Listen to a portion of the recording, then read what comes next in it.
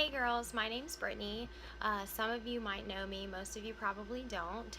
I went to North Central most of my life. You guys might know my family. Joan and Brian Harris still go to the church. I just wanted to talk to you guys today about my life story. It's really been put on my heart lately about how I felt as a teenage girl, remembering the way that my parents talked to me and, told me, gave me advice about my life, and how the decisions that I made, how it's affecting me now. I was really interested in the youth group. I would go, Sundays, Wednesdays. I went to camps. Christy may or may not have told you about me when I was we went to one camp, and Christy, I didn't want to get out of bed, and so she pulled the mattress out into the hallway with me on it just to get me out of bed. So if you've ever heard that story, that's me. But that's just, one way that shows how stubborn I was as a teenage girl. When I was in middle school and high school, my dad really didn't want me having a boyfriend, which I thought was stupid. And I thought that he was just didn't want me to have fun, or thought that I was going to get so serious that I would get married, or I really don't know why he didn't, or I didn't know at the time why he didn't want me to have a boyfriend. But when I was 17, I met Josh at Chick-fil-A. We both worked there, and at first I was just friends with him, and I started making decisions that were just different than the ones that I had made before. Before I met Josh, I was really involved in the youth group. I took my Bible to school every day. I went to FCA, and I had Bible verses on my wall, and I was just really on fire for Christ all the time. And after I met Josh, he just became more important than anything that I had, was important to me before. I asked my dad if I could date him, and he asked me some questions about him, and, he said that wasn't a good idea. And then I just, dated him anyway. He saw the cell phone bill where I had racked up like $600 in charges, because they used to charge you by the minute back in the day, and we would just talk on the phone all night long. I have no idea about what, but yeah. So I just decided that I was going to go against what my dad, had advised me and date this guy, because I figured I was 17 years old. I was almost old enough to make my own decisions, and I couldn't see why he didn't want me to date him. Well, the reason why he didn't want me to date him is because he wasn't a Christian. Not only that, his family was different than mine. He was raised completely different than I was. And it really made a difference later in life, and I figured out why he felt like that later in life. But when I was 17, I just, thought I knew better, and decided to pursue a relationship with him. And he grounded me, and he took my phone, and he did all these different things to try and keep me from seeing him. But ultimately, I did whatever I wanted until I moved out. And then after I moved out was when, I really started having a relationship with him. When I started the relationship with Josh, I was still pretty committed to my spiritual life, and I didn't really see how it was such a problem for me to be dating somebody that wasn't a Christian, or that my dad didn't approve of. And that's the biggest mistake that I made looking back. The reason why is we eventually, at first, I was really interested in, really committed to True Love Waits. Like, I knew that I wanted to wait until marriage. But it was like little decisions. First it was, I'll tell my dad that I have to work until 9 when I really only have to work until 8, and then I'll have an hour to hang out with Josh, and, what's the big deal in that? And then, oh, my dad's going out of town. He wants me to watch his house. This was after I'd moved out. He wants me to watch his house. He said, don't have anybody over, but he'll never know, that type of thing. And then, little decisions like that turned into just a lifestyle of bad decisions. And it didn't help that, Josh wasn't leading me in the right direction, which incidentally is a very important thing for your partner, especially as women, for us to have male, companions that are leading us, not just are on the path with us and they go to church with us, but helping us grow stronger in our spiritual lives. That's really important. But I didn't have that, and so I just kept making bad decision after bad decision. And then Josh and I decided to move in together, which was a really bad decision. My dad even offered to pay for an apartment for me so that I didn't live with Josh, because he knew how bad of a decision that was. But I told him no, and eventually I got pregnant. And my parents tried to get me to give her up for adoption. They knew that I wasn't ready to be a mom. Even though I was 20 years old, almost 21, they knew that I wasn't ready to be a mom yet. And they were right. It probably, would have been better for me if I'd, given her up for adoption and gone back to God like they kept asking me to do over and over again. But I just didn't. I didn't want to give her up for adoption. I, wanted to raise her with my little family. So I kept her, Natalie, and she. The first couple years of her life were a real struggle. Sometimes we didn't have food. We got evicted from apartments that we lived in. We had our electricity turned off. And this is not based on, because he wasn't a Christian. He just didn't, we weren't ready. We weren't old enough. Josh struggled to keep a job for a lot of the time that we were together. I, had a job most of the time, but it's hard to carry, 3 people on minimum wage. So we struggled a lot. And there were times that Josh came to church and, tried to do the whole church thing, but it never really stuck with him, and he just continued to live his life the way that he had always lived it. And eventually it ended up with, we had another baby, which was a surprise. And Josh ended up getting into alcohol and drugs, and really became a danger to the kids. And I had to leave because he just couldn't be sober. And I gave him a long time to try and change, but he just couldn't. And so I left, and it was the hardest decision that I ever made, because I grew up in a divorced home, and it's really, really hard. And I remember being a kid saying that, when I get married, I'm going to stay married forever, because I don't want my kids to have to choose between their mom and their dad's house.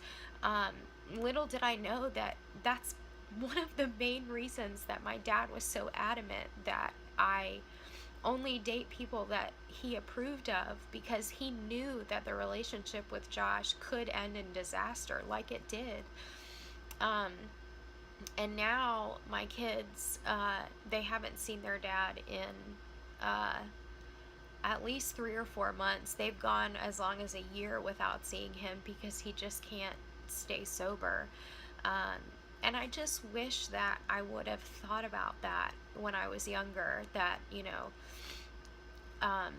choosing a partner is not, has a whole lot less to do with what's going on right now with them, and more about the person, the path that their life is taking. Are they following God? Are they interested in their future? Are they making good decisions based on the life ahead and not just living in the moment. Do your parents approve of them? That's a big one. Even though I know it seems like your parents don't know what they're talking about, they know you um, better than anybody else, and they only want good for you. So if they don't approve of the person that you're dating or that you want to date, don't think of it as they're trying to, they want you to be single forever, or they don't want you to be happy, or, whatever you're thinking, because I thought the same things. They're only trying to protect you. And it's really, really important for you to think about not just your life now, but the decisions that you make in dating, how they can affect you and your kids. So I want to read some scripture that kind of goes along with my story. The first one is Proverbs 1:8 and 9. It says, "My son, listen to your father's advice. Don't turn away from your mother's teaching. What they teach you will be like a beautiful crown on your head. It will be like a chain to decorate your neck." So to me, I grew up in the church, like I said. I had a lot of role models that, did the right thing, and, people to kind of model my life after. And, it seems like most of the people that I went to church with listened to their parents. And, they have that.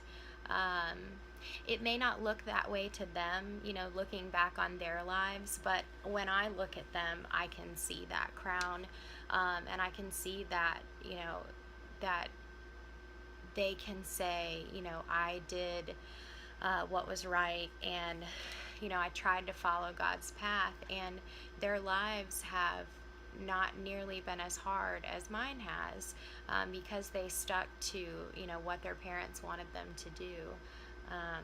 And, I wish that, I wouldn't change anything now, because, I'm happy, and, I have my kids, and I wouldn't do anything to go back and change that. But I wish that I could have done better for them, and that they had, two parents, their two parents together, and, the decisions that I've made it to where, this is their life. And I just wish that that wasn't the case.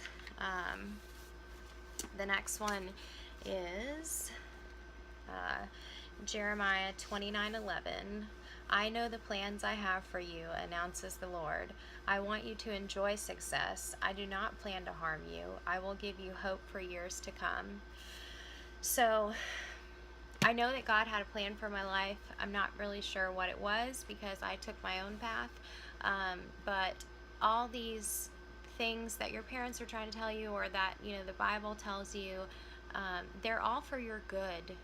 None of them are so that, you won't have any fun, or that you'll be bored, or you'll be uncool, which doesn't matter, by the way, especially when you're an adult. The cool kids, that were in school aren't really doing much better than, the not cool kids. So I know that's hard to believe as a teenager, but it really is true. Your status in high school or middle school, it doesn't matter, when you're an adult. But that's totally not the point of what I was trying to say. So Psalm 119, verse 9 through 16 is the biggest takeaway, I think, from my testimony. It says, "How can a young person keep their life pure? By living according to your word. I trust in you with all my heart. Don't let me wander away from your commands. I have hidden your word in my heart so that I won't sin against you. Lord, I give praise to you. Teach me your orders. With my lips I talk about all the decisions you have made. Following your covenant laws gives me joy, just as great riches give joy to others. I spend time thinking about your rules. I consider how you want me to live. I take delight in your orders. I won't fail to obey your word." Man, if I'd have just listened, and not done, the thing that made the choices that I made, my life would be so much different up until this point. And, that's not to say that it's not great now. God is so full of grace and mercy, and He's, giving me blessings today that I don't deserve based on, my past. Um, and there is redemption, for those who ask for it and seek it, but I can't change anything about what my kids will have to go through. And it was a real struggle the past 8 or 10 years, living in a marriage that is falling apart. Not knowing, if we're going to be able to pay the rent, or if, we're going to be able to stay in the place that we're living in, and that doesn't even touch the emotional struggle that it is when you're living in a situation where you've put yourself here, and there's nothing short of a miracle that can fix it. There were so many times that I just, would look around and be like, man, look at this giant mess I've gotten myself into, and, I don't see the way out. And that's a real predicament to be in. And I hope that, you girls will think about that as you, grow up, the middle school into high school, but especially the high school girls, when you're about to be on your own or have more freedom, use that freedom wisely, and just be careful about those little decisions. Well, I'm just going to do this, it's not that bad, because it really can lead to a life of just misery. So, yeah. If you, ever want to talk, or, have more questions about, my story and whatever, you can find me on Facebook. My name's Brittany Elliott now on Facebook. If you girls ever want to, reach out and talk to me, I'm here. And, just take everything you're learning here at camp and, really try and apply it. Because looking back, on my teenage years, camp was the best time, and I was always like crazy on fire after I left, go out and change the world, type of thing. And there's nothing that says your whole, high school career can't be like that. Every day, just, being on fire for God. It's really a great thing. So I'll be praying for you guys, and hope you enjoyed, hearing something different. You girls have a good night. Thanks.